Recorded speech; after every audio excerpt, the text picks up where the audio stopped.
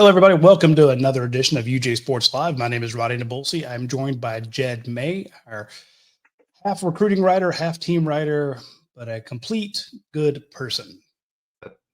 I'll take that. That's not where I thought that sentence was going to end, so I'll take it. Use on the cusp there.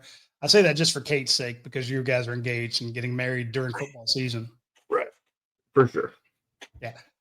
Coach Downing can't be with us today. We are hoping that he'll be with us later in the season as we get started with covering Georgia football again. I mean, not that we ever stop, but we actually have practices to cover now. So this Friday, the Bulldogs start practice. Thursday, we get to talk to Kirby Smart. They did say that there will be some open practice periods. We're not sure when, so I'm not going to get my hopes up, but that's kind of why we wanted to get together this Tuesday. I mean, we could have waited until next week, but I'm like, well, no, let's go ahead and preview what's coming up because I really want to know what Jed's going to see. We do this every year.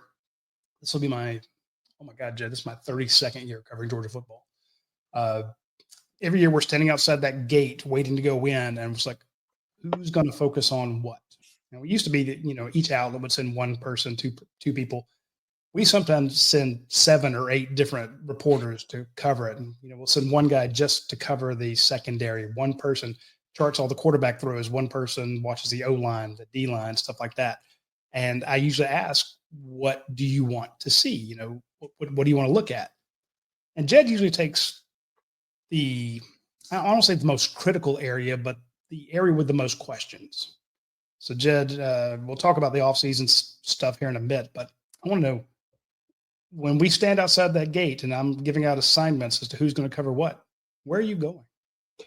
Yeah, I think you got to look at the lines of scrimmage, right? Because the offensive line, the players are back, but it's going to look different because okay, you could say you've got Monroe Freeling back and Ernest Green back. That's two kind of starters, but it sounds like it's going to be Freeling at left tackle and Green at right. So that's kind of a shakeup. You've got Michael Morris back, who, he's played a lot, but I remember last year was kind of you remember Kirby Smart saying, Michael Morris basically needs to step it up and practice better. So he's your veteran now. So he's a guy that you got to watch. Drew Bobo's your center now. What's he going to look like? And then right guard, it kind of seemed like it was Daniel Calhoun's job in the spring. Then he got hurt and missed a good chunk of spring, I think, including G-Day. So it's still his job as somebody else risen to battle with him for the offensive line, I think, and then defensive line. You lose so many guys, and the question is, can this team get back to stopping the run at the level it did in 21-22? Haven't been bad, but I wouldn't say, and they wouldn't say, they've been at the level they were those couple years. So what does Jordan Hall look like? What does Elijah Griffin look like? That's the guy that even Kirby Smart has been very, has put a lot of praise on, which isn't necessarily his MO for freshmen. What does he look like? What does Xavier McLeod look like in year 2? All these guys. What does Joseph Jonah-Janye look like now that he's healthy? All these guys are going to be counted on to provide those game-breaking presences up front because you're gonna need to do that. So lines of scrimmage and then receivers too. I think just because. What does Zachariah Branch look like? Noah Thomas. I remember in spring, Roddy, we saw Noah Thomas, and we were like, "Who is that guy? Who is that guy? Why did this tight end get lost and come hang out with the receiver?" So, he's new. He doesn't know where to go. I keep seeing these visions of Colby Young on one side, Noah Thomas on one side, and then in the slot you've got Zachariah Branch in one slot, and say you could split out Oscar Delp, Lawson Lucky. You could put Dylan Bell in the slot. There's so many. Obviously, Dylan Bell can play outside. Thomas has played in the slot from what recruits have seen in practice. So there's so many mixing and matching things you can do at receiver. Plus, when you throw those tight ends in, it's going to be there's no shortage of weapons. I think last year was the receivers. Obviously, we know they didn't play well, right? They dropped a lot of passes, questions about creating separation, all that stuff. That on paper, this is a very, very, very talented group for sure. So lines of scrimmage, then what the receivers look like, I think is going to be what I'm jockeying to see on if we get to watch on Thursday afternoon. Which is the frustrating thing is when we actually do get to watch.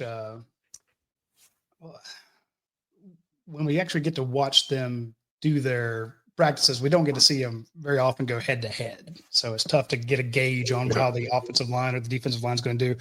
We get to see the defensive line guys hit the pads. We get to see the offensive line guys, work on their blocking assignments.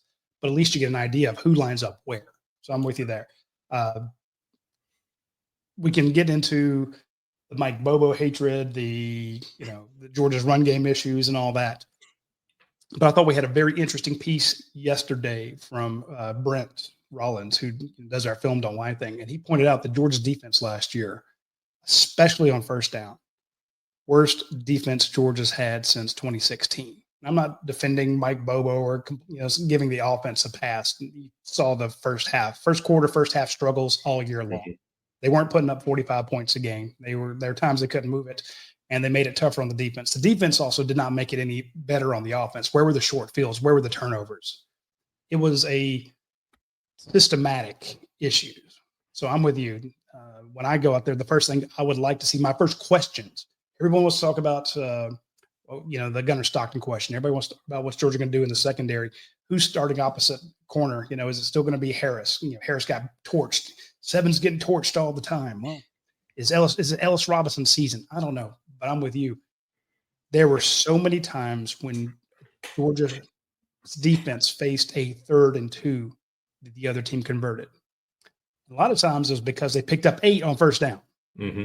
The first downs that Brent pointed out last year were just terrible for Georgia's defense. They just got stop on the run. And like everybody talks about, Georgia getting after the passer and actually getting sacks and whatever. It's easier to get a sack when you're on 3rd and 9 and you're like, okay, they are 97%. They're going to be throwing show pass. It's 3rd and 4. They could slip a run in. And I think what you said there, like that is something just that I'm watching all fall camp, because you've gotten this question 1,000 times this offseason, I'm sure too. Like, oh, what do you think of Gunnar? Like, Gunnar, that's a question, right? But there are so many other things that this team needs to improve on, or whoever your quarterback is, doesn't matter. You got to run the ball better. You got to catch the ball when Gunnar throws it to you.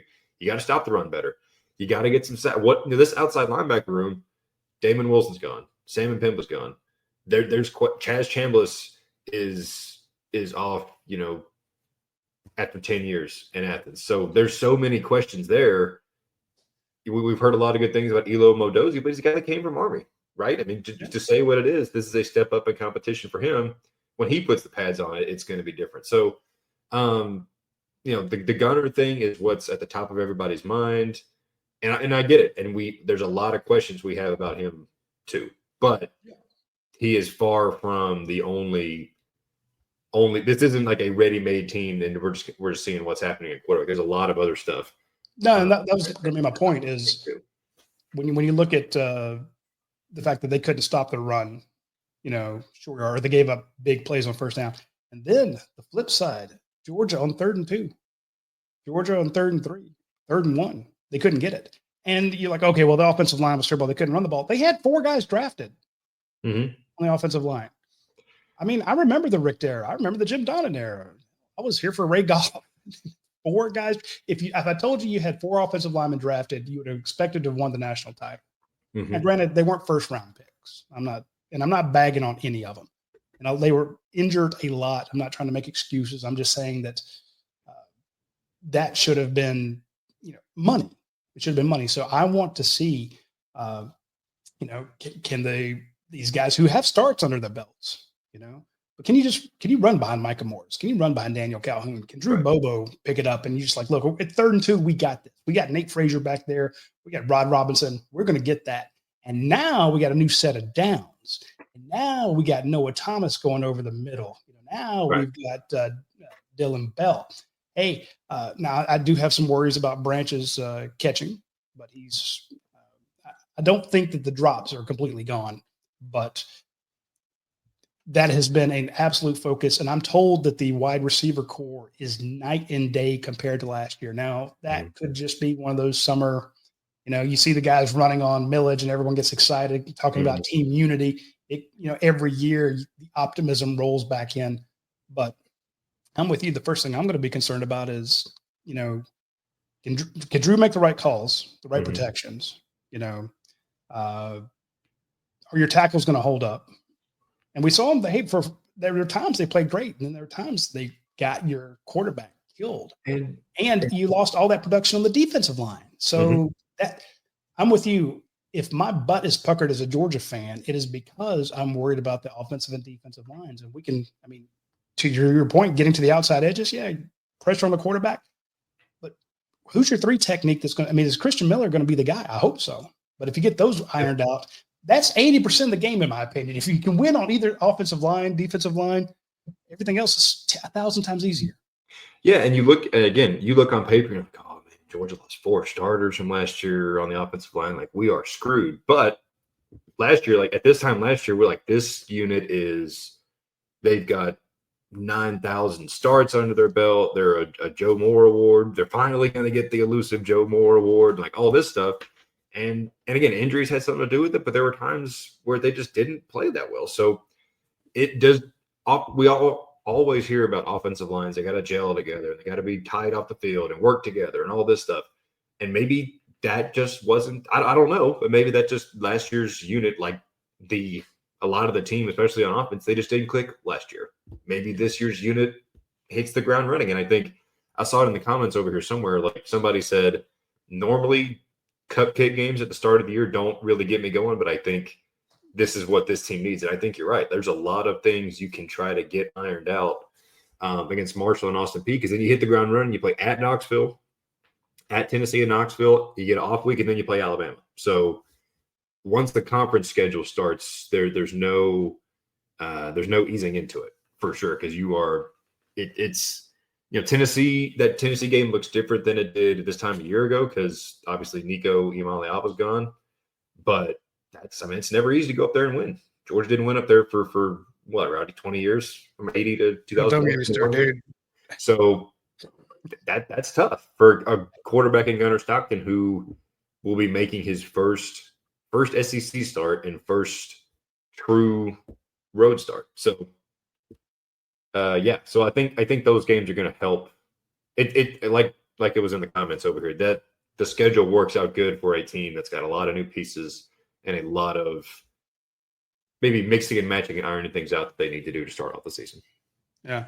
So that's, I guess, my number one concern is, can you run the ball, because it sounds too simplistic, but can you win in the trenches? I mean, I've had the debate all summer, people who are banging on Mike Bobo, which again, if Mike Bobo gets fired, that's the best thing for UGAsports.com. And I don't mean that in a mean way. I'm just saying a coaching search in any form or fashion, people come to the message board to find out what's going on. So now that we are part of the On3 network and one of the bigger sites on there, we have more reach than we ever did before. If we've broken a ton of coaching searches, who the coaching, who they were going to hire.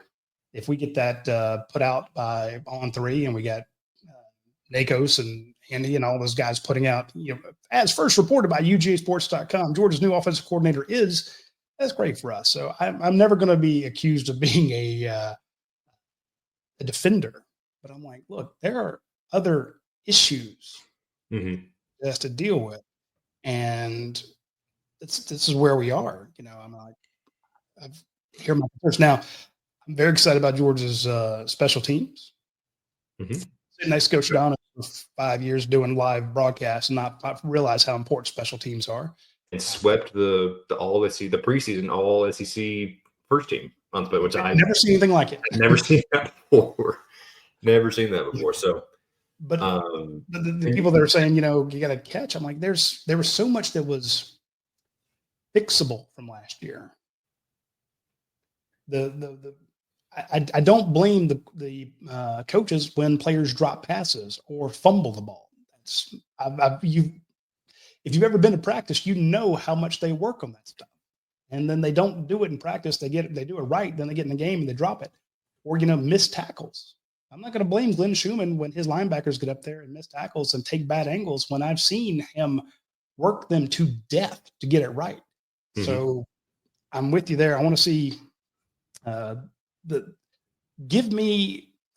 other words, I want an honest assessment, or a more accurate assessment, if they did the things they're taught to do. That's what I'd love to see. I'd love to see them. Hey, we did everything right. And then if they do everything right and it's bad coaching, well, we call out bad coaching that these guys screwed that up. So, believe it or not, based on how the first 15 minutes of the show was going, there are some reasons for optimism, right? Like there yep. are. Dude, I'm about to get into it.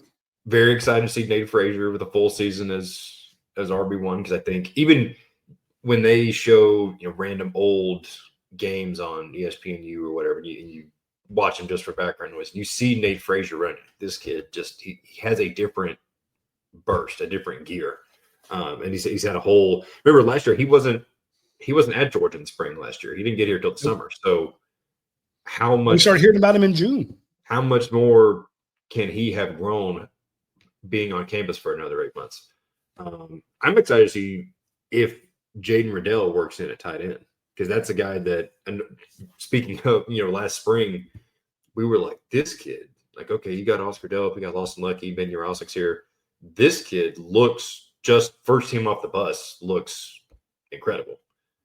Kristen Miller's a guy you mentioned who has flashed so much, and he's going to get his time. People are talking about running backs. Can Roderick Robinson stay healthy? Because I think if he can, he's a guy that's got a lot of potential to. I mean, he's 230 pounds, man. You want to tackle that guy? Like, who wants to tackle that dude?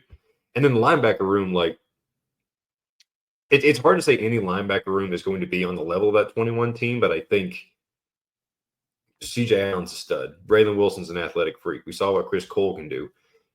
Nobody hardly talks about Justin Williams, and this guy was the number one linebacker in the class and looks phenomenal. He's, probably your fourth linebacker, just based on what he's going to play. They rotate those guys so much, but that's a ridiculous top four. Terrell Foster has been around for forever and constantly gets praised by Glenn Schumann, Kirby Smart, as just a very smart guy who is a leader for that room. So that room's going to be just ridiculous, I think. To your point about the optimism. So my fear or my concern is, can you win in the trenches?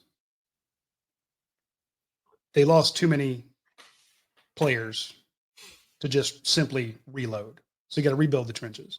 Now, a lot of those guys have starts. A lot of them have, like you said, extended periods of time. In the, Ernest Green was going to be the guy. Monroe Freeling played a couple games there. We thought, okay, well, he fixed that issue, and then he had a bad game, and everyone threw him away again. Like, those guys know that they need to get better, and they will. Do the things you're supposed to do. Don't drop passes. Actually pick off balls. Don't take bad angles. Do that. The intangibles are where I'm more excited about this team, because I felt that for the last 2 years, you've been trading off that 2021 and 2022 season. That's kind of why I got off on a little tangent there about Mike Bobo. Mike Bobo was, when you have all these great players, it's easy to be a good offensive coordinator. We had this discussion really on the board extensively the last few days. That's why it's kind of fresh in my mind. And all the coaches will say, well, I got great players. Great players make great coordinators. I think, though, that Georgia does have great players, especially, and they've been hit by the transfer portal. Talk about, Damon Wilson being gone. Talk about the players they've lost. They lost some big names. They've also missed on, there's teams out there buying up players. There's you don't have Justice Terry and Elijah Griffin, going bookends on that defensive line as true freshmen, because Justice Terry is going to be at Texas. You missed on a few, but I will put Kirby Smart's roster up against anybody's roster. Didn't you had a note today on the board about Georgia's going to be favored in every game? Mm-hmm. If they can, even with the guys they lost, they replaced them with some absolute behemoths on the offensive and defensive line. Somebody's in the comment section talking about Juan Gaston. You're talking about Jaden Reddle. He's about to blow up. Colton Heinrich's going to blow up. Elias Williams, Ethan Barber. Get 6 tight ends. I want to run 14 personnel. I'm like, it's nuts, but I'm like, hey. And then you go back to what Georgia could do when they won those 2 titles in 21 and 22. They dominated on the defensive line, offensive line, both at the same time, which made them really dominant. But if you can just get one, you can have a ridiculous season. But my point is, you have all these talented guys whose names you and I know, the people in the comment section know them, but the general fans don't. They kind of heard about Nate Frazier last year, but it's Trevor Etienne's show. McCray transfers in. They don't know him. This guy could be your leading rusher. They don't know Ryan Puglisi. Mm-hmm. Not trying to say anything against Gunnar Stockton. We'll have a Gunnar Stockton segment after our only commercial break. But this is a guy who Ryan Puglisi looks like an NFL guy. He's a good ways behind Ryan against Gunnar Stockton, but Gunner's tough. Gunner is an absolute warrior. You see him almost get knocked out in that Texas game, and that's the type of guy he is. So your backup quarterback better be ready to go in because he's got it. But I'm talking about the intangibles of kind of that leadership, the new guys that are coming up. We kept expecting the 23 team and the 24 team to be like the 21 and 22 teams because all those guys had played. It was their title or their time. And they would, Carson Beck said, yeah, we won 2 titles, but I wasn't the quarterback. I want my ring. And we kind of expected those guys to come on and do their thing to be like the 21 and 22 team. We're 2 years away from that. Those guys are all gone now. This is going to be a new batch. Just like the 2017 team didn't quite get there, but 2021 did, 2022 did. I think you're going to see a new batch with a new connection. All the NIL, the transfer portal stuff, there is a new connectivity because they work on it all the time. But these guys came up together, and no one's waiting around for the older guys who, I was the first backup at right guard on that 22 team. All that stuff's out the window now. They haven't gotten where they wanted to the last 2 years. So now we're going to see Nate Frazier. I mean, you mentioned Frazier. He's a sophomore. Mm-hmm. KJ Bolden, sophomore. There are a lot of sophomore leaders on this team, redshirt junior leaders on this team. There are going to be a lot of new jerseys being bought, at my point, based on a flood of new players who, we got excited when we first heard. You saw Sony Michel run down in that number 1 jersey and make a tackle on special teams. You're like, oh, is that the kid from Miami? That kid from he from Armwood, Plantation, Heritage? Where's he from? Because you weren't quite sure. Now it's going to be, hey, who's that? Who's that running back from Buford? Just saying, there's going to be an influx of names that we're not talking about now.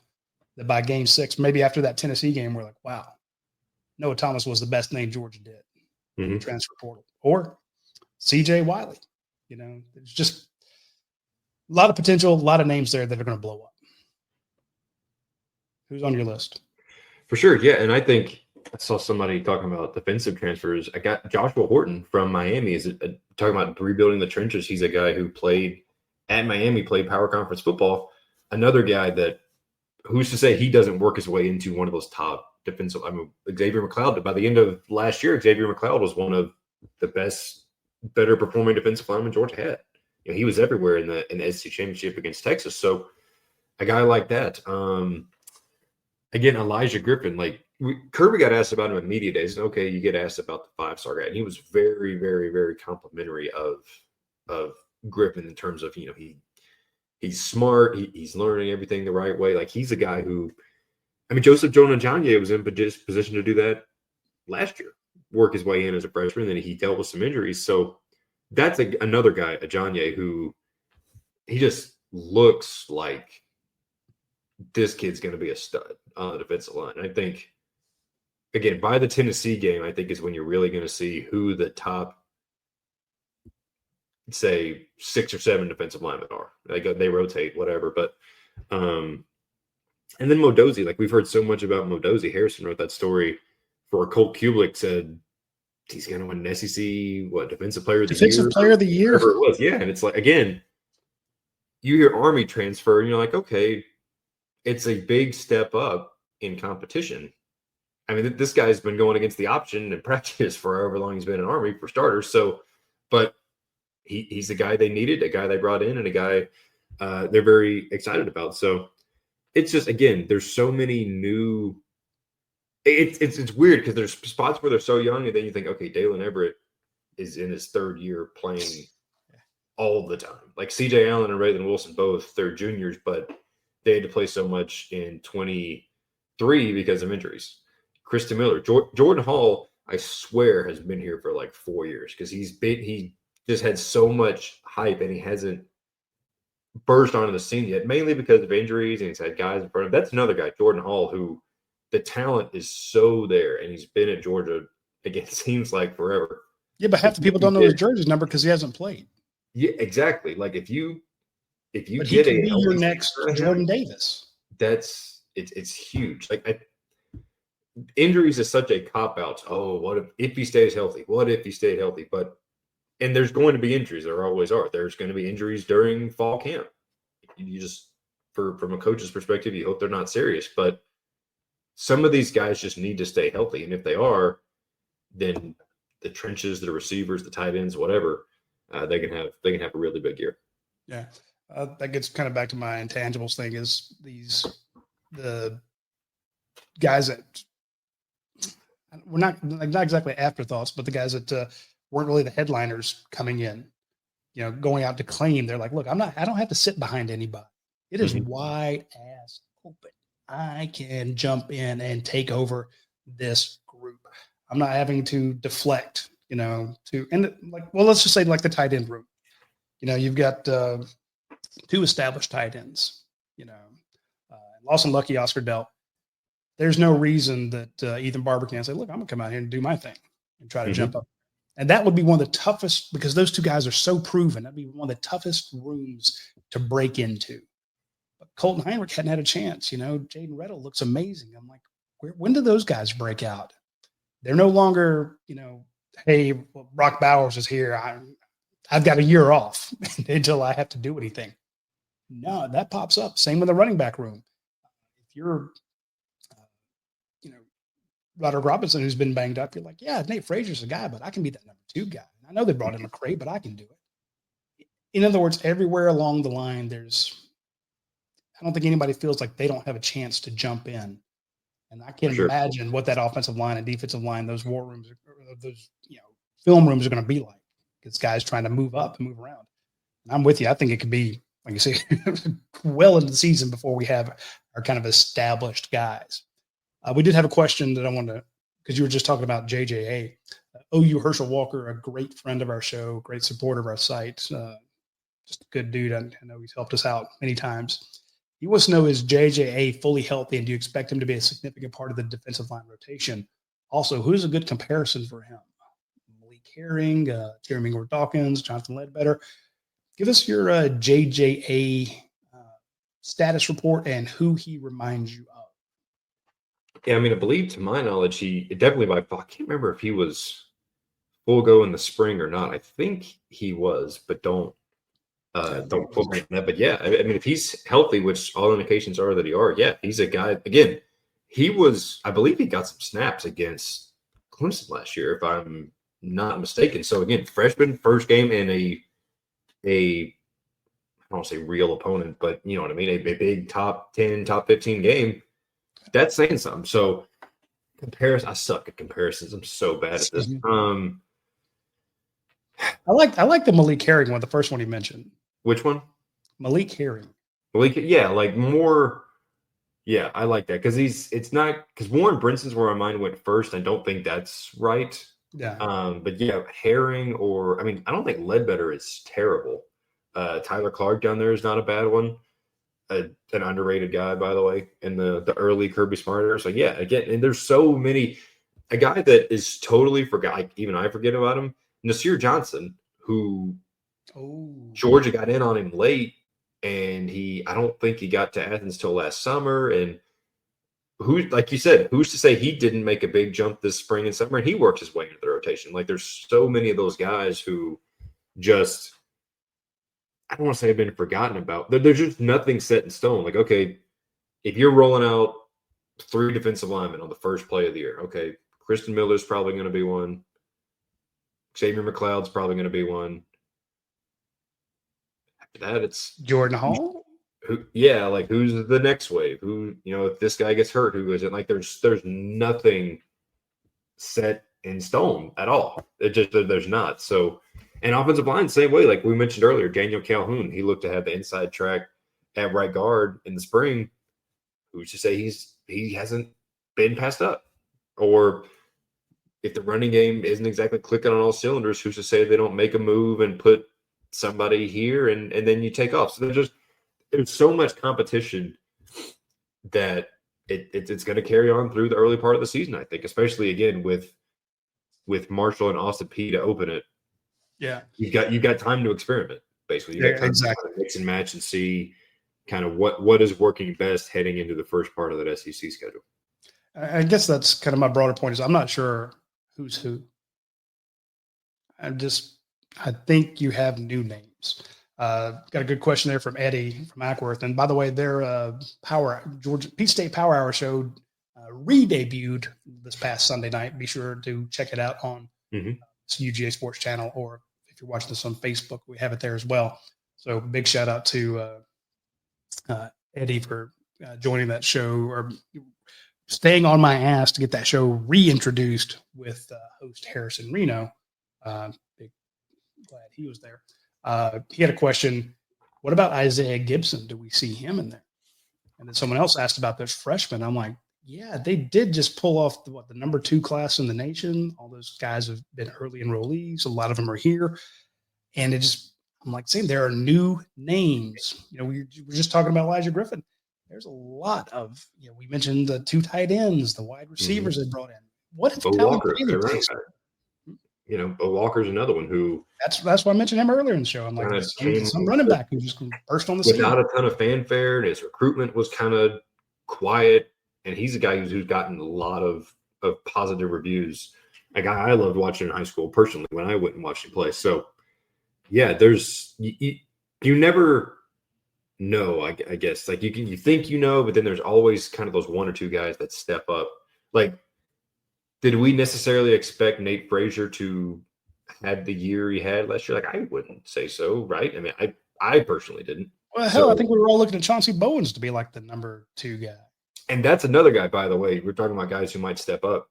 Chauncey Bowens looked great at G-Day. Like, yeah, okay, it's G-Day. A lot of guys that look great at G-Day. He looked like he had a different gear at G-Day. Does he work his way? By the middle of the season, is he that number 2 guy behind Nate Frazier? Who's to say? Maybe. Or is it McCray? I mean, this time last year, we were talking about, hey, Branson Robinson's finally healthy. Roderick Robinson should be healthy, or could be. And all these, what about, all these other guys that are there? We didn't know who was going to break out. And so I'm with you. There are some, that'll be the theme is Radi doesn't know crap because he's expecting all these new guys to pop up or guys who, like I said, it would not be crazy if Jordan Hall had an all SEC year. Sure. But he may not have anything. Right. You can't say that he came out of nowhere because he was one of the highest rated guys coming into it, but he hadn't done it before. Ernest Green hasn't locked down his side like we kind of expected him to. Drew Bobo hasn't, you're like, oh, well, he's all SEC center. No. There were very few. Were there any first team Georgia players on offense? Offense, I don't think so. No. Yeah. But by the end, you might have 2 or 3. That'd be tough. It'd be tough. I mean, it's out of 11. It's hard to get, 3 different guys, but you could have 1 or 2, and it may not be the guys that we're expecting right off the bat. So I'm with you. It's very optimistic, but I temper that with my fear. If they can't get it done on the trenches, then all the ancillary positions, if you will, the linebackers, the outside guys, the safeties, the nickel, slot receiver, none of that will matter a dime's worth of difference if they can't get it, can't punch the ball in, get 2 yards on a carry. And by the way, the winning in the trenches, like that applies to the pass blocking too, because we all remember what happened. Like that offensive line got embarrassed in that Ole Miss game. It was, and again, like there were injuries and whatever. It was embarrassing. Yeah, the Notre Dame game was embarrassing. So that's, you got to get that cleaned up too. So, but yeah, again, it's, you don't know. I think this team, like I was thinking about this earlier, last year and even 23, you kind of thought, okay, yeah, this is a team that has what it takes to go win a national championship. Obviously, it didn't work out that way, but you kind of knew that going into the season. I think this year is more of a, I think they can. Like, I think all the pieces are there. Yeah, But exactly. I need to see it, right? Like Thank you. this team needs to prove that they can go. If they blow out the first 2 games, they go beat Tennessee by 2 touchdowns, and they beat Alabama in the regular season for the first time in forever, then we can talk a little differently. But if they, if a Tennessee game they win it like 10-7 and they lose to Alabama, then it's like, okay, well, obviously you wouldn't be dead in the national title race, especially with the playoff. But I don't like. I need to see it. We can talk ourselves into it. We can say all this stuff. I think this team needs to prove that it's a national championship contender more than the last 2 teams kind of did, at least heading into the season. I'm with you. I'm very optimistic about what they could be, but I do want to see it. I mean, like I said, 32 years. I'm to the point. You got to prove it to me. Mm-hmm. Just like you got to prove to me you're going to beat Florida. I can see. Hey, they went to their 3rd string quarterback last year. Yeah, but that game was a lot closer than we expected against their 3rd string quarterback. So I'm always going to be a little suspicious. And again, if you were lining up Brock Bowers and you had an Andrew Thomas at left tackle, I'd be much more bullish. So I guess my optimism is everybody's dealing with the same thing. Kirby Smart has the same roster limits that everybody else does, but he always puts together the best roster. It may not be as, 5-star heavy as it used to be, but then no one is. Right. No one has that. It's head and shoulders. And there were years covering the team, especially when you were in school. Felt like Alabama would just, they're starting 44 better than your 44. Mm-hmm. Now it feels like Georgia's starting 44 better, 2 deep 44 better than just about anybody else's. And it's been that way for most of the Kirby era, or at least tied. It didn't feel like you were going in. I remember going up to those games in Tennessee when they had a 8-9 game winning streak. And you went up there and you looked across the field. And you're like, well, Georgia will be lucky to win this game. Mm-hmm. I haven't felt like Georgia will be lucky to win. I feel other teams are lucky to beat Georgia because Georgia beat themselves. So, and again, I mean, we posted that article this morning. They're favored in every game. And like, okay, I think your hardest opponents are at home, I think is fair to say. Bama's at home, Texas is at home, Ole Miss is at home. So, but I mean, who on paper would you say is going to have the talent advantage over Georgia, at least right now? Because maybe Texas, but I don't even think Texas linebackers they lost a lot. So, and there's a question. We'll get to Harrison's question, but there's one over here from Ford Ready. Does Georgia have a better chance at a national championship because Georgia improved or because other contenders regressed? I don't know about regressed, but like Ohio State's got a new quarterback. Alabama's got a new quarterback. Texas has a new quarterback. So many of these top schools, like I think that's part of the reason you see. I've seen some people pick LSU to win the national championship, the SEC championship. Yeah, people even picking Clemson because they're Clemson too. Just because you've got a pretty good feeling of what Garrett Nussmeier is, right? You got a good feeling of what Cade Klubnik is with how he played at the end of last year. So, and Penn State held on to a lot of talent. These top talented teams overall, you don't know what you're going to get a quarterback.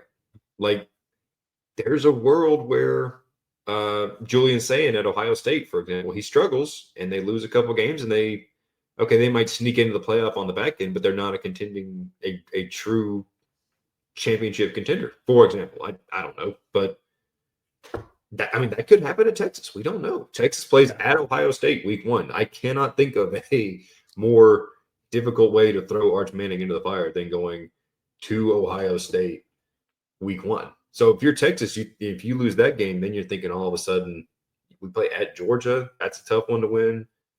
They think Texas goes to Florida. That could be a trap game. Oklahoma's always tough. Like there's a world where Texas loses 2 or 3 games. There's a lot of uncertainty, I think, going into the season just because so many of these top teams they got new quarterbacks. I think Clemson's got a stud quarterback and a ridiculous defensive line, which is a pretty good recipe, at least when you're looking at preseason contenders and stuff. But I'm with you with Ford. Ford asked a great question. I think you answered it really well. With did Georgia get better or the other teams regressed? We talked about the sheer number. I mean, another double-digit list of guys that leave Georgia go to the NFL. Mm-hmm. Can't have that every year and just plug and play. But Kirby has. He's done it. He's lost 15. He's lost 13. He's lost 10. And he's still right there in the playoffs or only losing one game in 23. Just ridiculous despite it. And the other teams also lost a lot of guys. So I think the team that kind of held on to the most was Penn State. That's why a lot of people have them. But they haven't. It's like they got to prove it. Like, yeah, Penn State. I mean, listen, they won 2 playoff games last year. Like, that's great. One of them was at home against an SMU team. SMU deserved to be in the playoff, don't get me wrong, but that was an SMU team that was overmatched. And then your other playoff win was against Boise State. So I still think James Franklin, they went into semifinals last year, but he's still in that mode of can he win the big game? And I don't know again. Just going back to Ford's question, there's like, well, did the other teams? Yeah, they kept a lot of their players, but you don't know what you're getting with them. Drew Eller is this hyped up guy. That game against Notre Dame was tied, and he throws a pick that sets up Notre Dame to kick a field goal and end their season. So does he take the next step? And so, I don't know that Penn State 1 through 44 is more talented than Georgia is, but they've got their quarterback. I don't know that LSU 1 through 44 is as talented as Georgia or Alabama is, but they've got a really, really talented quarterback back. So I don't know. It's a very interesting dynamic to start the year because the teams with more overall talent, I think, have the new quarterbacks, and the teams with the returning stud quarterbacks might be a step behind, just a small step behind. Like, Clemson's not the Little Sisters of the Poor, right? But a small step behind that top tier in terms of 1 through 44, 1 through 85, whatever talent. So we'll see. The question is, does Georgia have a stud quarterback?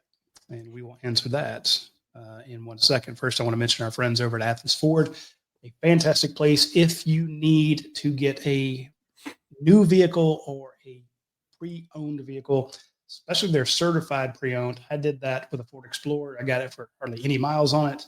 I'm driving that thing till the wheels come off because I know I got the best deal ever. Although I do love those new Ford F-150s. Kind of, we're moving my aunt over the summer, and I kind of wish I had a new Ford F-150. But anyway, check out our friends at Athens Ford. You'll be very glad you did so. They will be sponsoring our watch along show again this year. I'm 98% certain, as will Yingling Flight.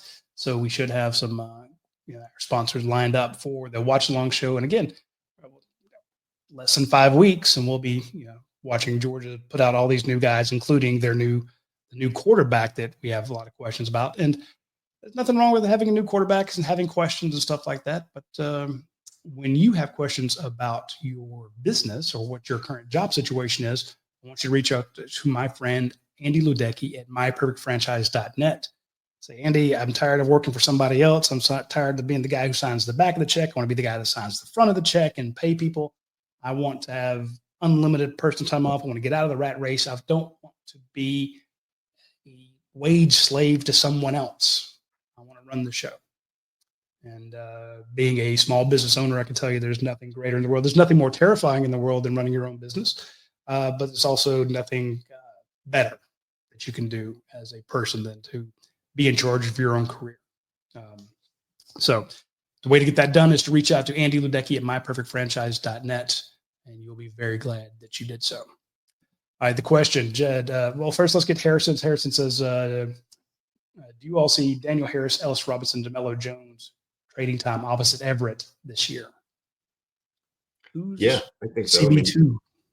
To a certain extent, yeah, because I think that's another one. It's going to go all through fall camp. I think Daniel Harris would have to have the leg up because he's played the most. But I mean, that doesn't mean anything. And again, DeMello's really good.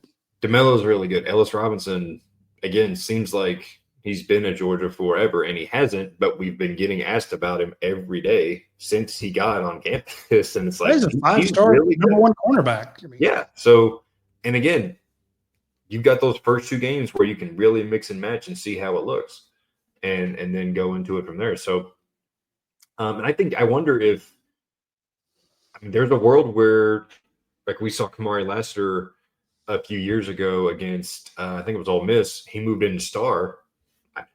Could Dalen Everett do that? And you get 3 of them on the field? I don't know. Maybe against teams that like to throw the ball around. So I don't know. I definitely think there's going to be some rotation just because Kirby Smart likes that. And if you're good enough to play, you will play. But I mean, again, I think, not that I'm breaking any news here, but I think Daniel Harris would have the leg up because he's played the most. But yeah, I think that's going to be an open competition. And Kirby's not afraid to make a change. Like, it was Humphrey and Harris for a lot of that year. And then Julian Humphrey, that first or second drive against Tennessee, he got that pass interference call down in the end zone, and he was virtually never heard from again. And Kirby went full time to Daniel Harris. So he's not afraid to really kind of shake things up in the middle of the season. But yeah, there's going to be some rotation at that spot, I would say, for sure. Yeah, I mean, I don't know. I've heard good things about Daniel Harris, but at the same time, he was an absolute liability last year. And when you watch teams they just looked for him and they went right after him. And that's not completely fair because, I mean, same when Everett was on the opposite side of, say, Kamari Lassiter. People like, Dalen Everett sucks, and they're targeting him. Yeah, because you don't want to throw against Kamari Lassiter. Mm-hmm. Now you don't want to throw against Dalen Everett. So, and you're going to run routes to really expose him. You go after a weak link as hard as you can. Mm-hmm. And one of 2 things happens. You either get better or you get replaced. Mm-hmm. And I'm not sure which has happened. I've been told he's gotten a lot better. Great. That's awesome. I'll be happy for him. I don't ever want to pick on a kid. At the same time, he's got DeMello nipping at his heels. Ellis Robinson has the link. Saw the picture of him that went viral a few weeks ago, how long-armed he is. This kid is an absolute baller. That is a tough room. That is a tough room to be the guy in. Well, toughest room, of course, all of our preseason expectations. And there was a big talk yesterday about getting rid of preseason polls and stuff. I thought that was stupid. I think you're dumb if you put anything into preseason polls, but you can't get rid of them because we want context. We want to know who are the good teams. And like you said, a lot of the good teams are based on who has a good quarterback. And the quarterback goes a long way. It's the most important position on the field. We can't say that all you need to be is serviceable. I don't think that's fair. Does Georgia have a good quarterback? Do they have a SEC winning quarterback? Do they have a national title winning quarterback? Jed May, what's the answer? I think so. Question mark?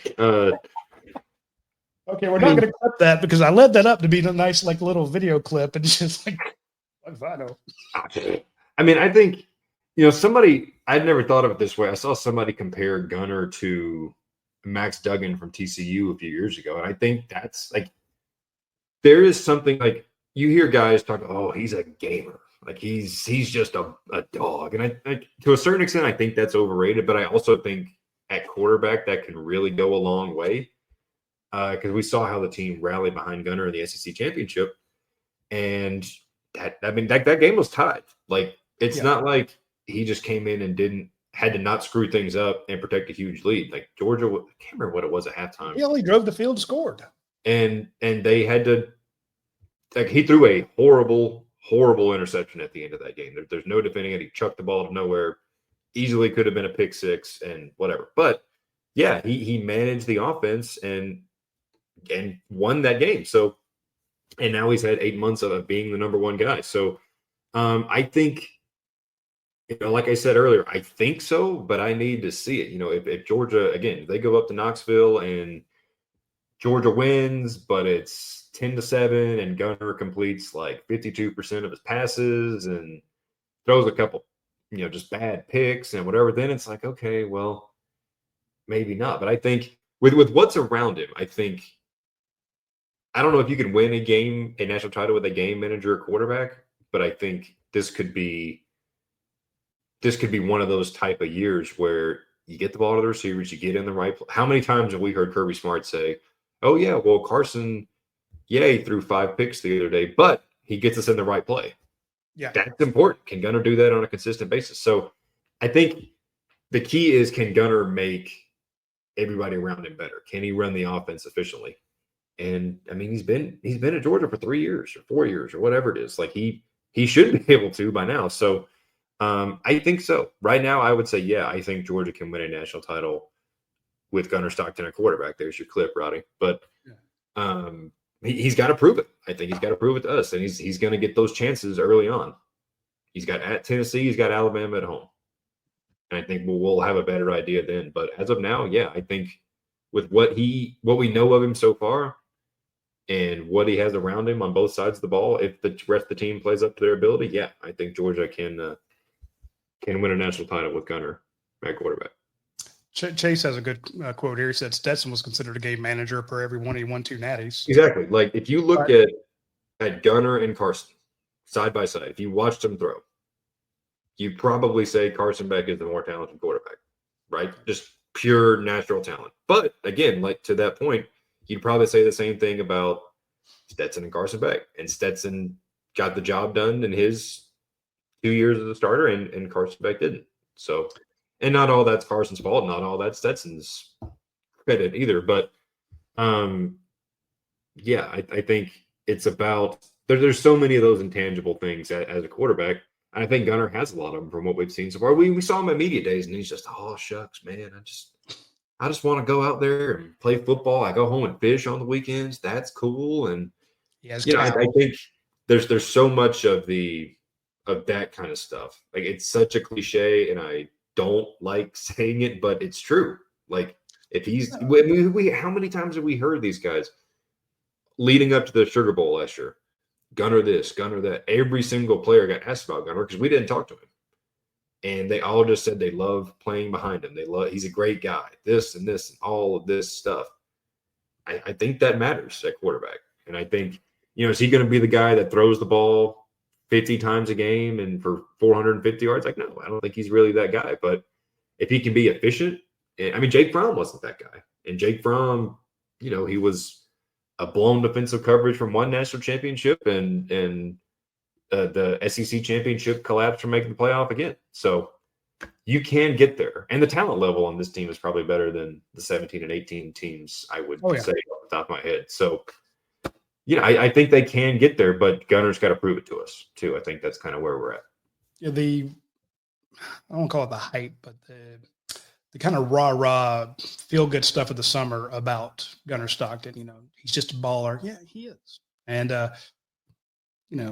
he's not complicated, he just wants to play football and drives a truck, Yeah, I get all that.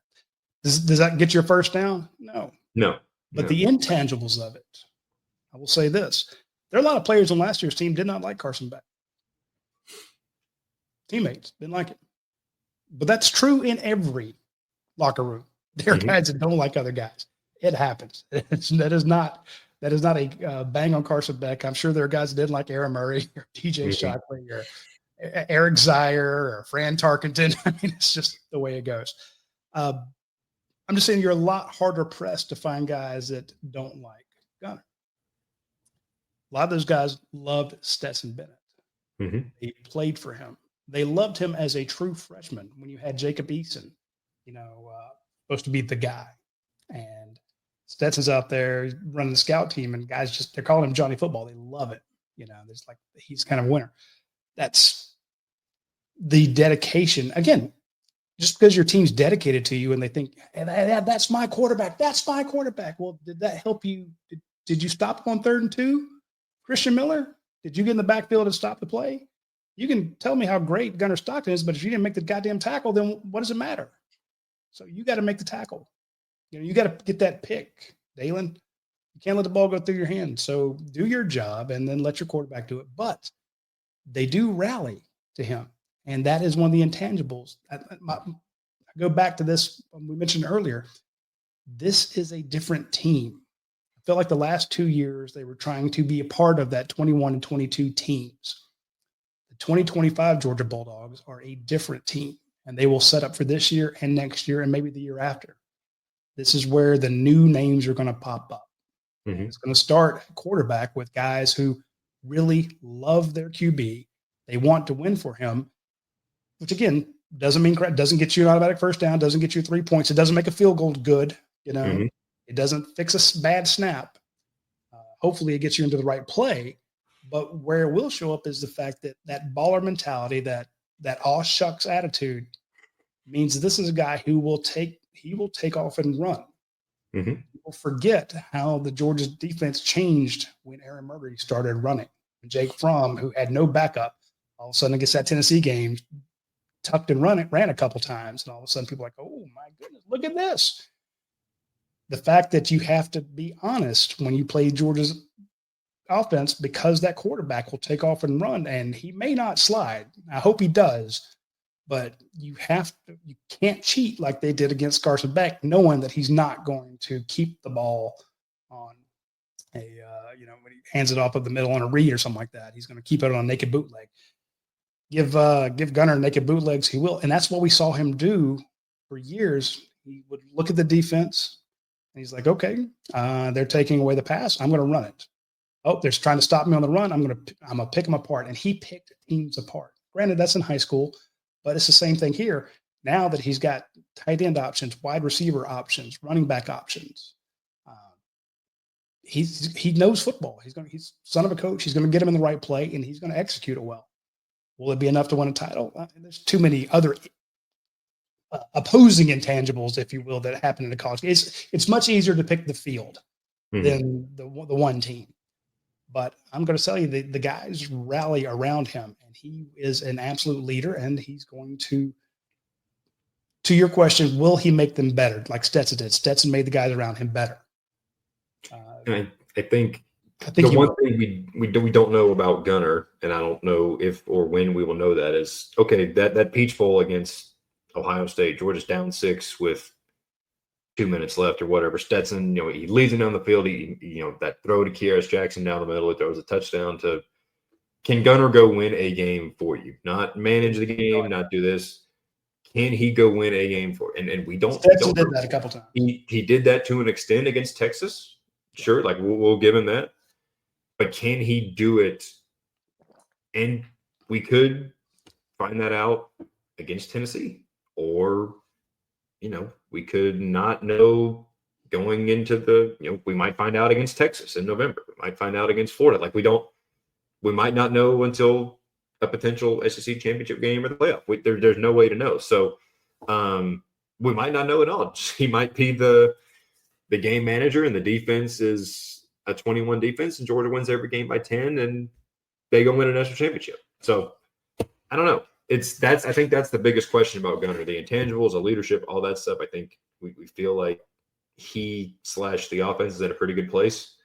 Can he go? I mean, someone was talking about in the comments, he throws a great deep ball. That one he threw in the Sugar Bowl, the infamous, where the ref ran into the guy on the sideline. That throw was an awesome throw down the sideline. It was a beautiful ball. So he's got that in him. But can he do it in a 2-minute drill against Alabama or Ohio State, Clemson, whatever? We don't know that right now. I'll put it this way. When he goes in the huddle, they're down by 4. 2 minutes left. Ole Miss is up at home. You've got this 32-game win streak at home, and there's pressures on. Everyone's yelling. Does he make that throw? Absolutely. Does it get, will it get picked off? Maybe. Don't know. My point is, the guys in the huddle are going to believe in it. He'll believe in himself. Mm-hmm. All the intangibles we talked about, the leadership, the making the guys around him, he has it. I don't feel that Carson had that at times. I don't feel that the guys had Carson's back and would run through a wall for him. Stequavius did. Those guys, they loved him. They saw him struggle. A lot of those guys were there. They remember him transfer back in from Jones. They're guys that, in other words, it would be a red flag if your quarterback couldn't check off these leadership boxes, the talent boxes, the deep ball box. There are a lot of bad Carson Beck deep balls, just god awful throws. And there were times that the throws were great and they dropped them. And would Carson get mad? Hell yeah. I hit you in the hands and you dropped it. You saw in that Tech game, he was about to lose his damn mind. So many drop passes. And once he got out there, and how different would all that offensive looked if they actually made some of those catches, extended those drives? You get different plays, another 3 downs. A lot of those plays are designed to go to the house. Give them 3 more tries. And instead of getting 50 offensive plays or 40 offensive plays a game, you get 60, 70. Come on. That's a completely different narrative that we're talking about. But the fact that your quarterback does check those boxes, he does check that leadership box. He does check the knowledge, fearless. It's the most you can hope for, And Georgia did look at other quarterbacks in the transfer portal. They looked at Jackson Arnold, but again, looking at them and trying to sign them is different than saying we got to have one and then putting up the biggest NIL package to get them. Mm-hmm. Auburn had to have Jackson Arnold. Absolutely, you got to have somebody. Georgia's like, yeah, if we could get him, great, but we're not going to. We're going to spend this money to bring in McCray. We're going to bring Jaden Harris. We're going to bring in other guys. We need safeties. We need edge rushers. We need Modozi. We would love to have another quarterback, a healthy quarterback with some experience. We've had 0 experience, but we are just incredibly thin at outside linebacker, defensive end. We are incredibly thin in safety. We got to bring. Was it 3 safeties they brought in? Yeah, Maddox, Branch, and Harris. Yeah. That tells you where the coaches were freaking out. It wasn't a quarterback. So, and again, would you like to have Nussmeier? Absolutely, but you don't got him. So, anyway, that's the end of my rant. You have anything else you wanted to touch on before we go? Again, just to kind of what I said at the beginning, like everybody watching the show is going to spend the next month reading every practice report, every insider note, whatever. Oh, what Gunner look like today? What Gunner look like today? But there are a lot of other things that this team's got to get better at, and they very. I'm not saying like, oh, this team is screwed no matter who the quarterback is. Like, yeah, if they run the ball better, and the defensive line plays better, and the secondary gets better, yeah, this team can go on a rampage and win a national championship, sure. But I guess there's a lot of questions this team needs to answer over the next month and in the first couple of weeks of the season before they get into that SEC schedule to prove to me, to you, to all y'all watching that they can go win a championship. I think they can, and I think by the end of September, after they played Tennessee and Alabama, we'll be able to more firmly say I know they can, or I don't think so. They'll make the playoffs. Right. The question will go from are we debating whether or not Georgia can win a title to whether or not Georgia can make the playoffs. Exactly. And once you see that narrative shift, you have your answer. Like there's a world where they're 4-0 and you're coming off a win over Alabama, or I don't think it's impossible. They're 2-2 with losses to Tennessee and Alabama. Like I don't think that's impossible. I'm not picking them to lose to Tennessee, but it could happen. So I don't know. They got to prove it. I think that's the thing. I think they've got the talent. I think they've got the intangibles. I think they've got all that stuff. They got to go out and show it to us. Yeah. And we will get our first glimpse at the end of this week. So I'll be back in Athens here shortly. Appreciate everybody putting up with the time off that we took for this show. I did have some stuff I needed to do with the family back home, my dad's hometown, if you will. So went to see family I hadn't seen since 2019, 6 years. So it's good to go back and see some of the cousins and aunts and uncles in Egypt and Jordan. So that was fun. And I appreciate everybody joining us today as we get back on track. And be sure to tune in 48 hours. We'll be finishing up the Kirby Smart press conference and talking to some of the players. And hopefully the next day we will get to go to practice and watch some of that. So we will have practice reports coming hot and heavy from the staff at UGA Sports in 48 hours. So it should be a lot of fun. Until then, we appreciate everybody who is a subscriber to the site. And again, if you're not a member of UGAsports.com, on July 1st, we joined the On3 network. So now if you sign up, you get not only UGAsports.com, but you get our buddies over at Dawgs HQ, Rusty, Jake, and the two Jakes, and all the great coverage and stuff that they do over there. And there's some other bonuses coming your way. So you can almost get a 3-for-1 if you sign up for UGAsports.com. But be sure you mark UGAsports.com when you sign up, because that's where you want your access to. So hit them up when you get a chance, and we will talk to you. I'm sure Jed and I will have a post-practice breakdown as well when we get to watch. When we get to watch something, we'll do a fun breakdown. Close enough that you can tell we're at practice, but not close enough that you can hear Kirby Smart cussing on the microphone. A yearly tradition, unlike any other.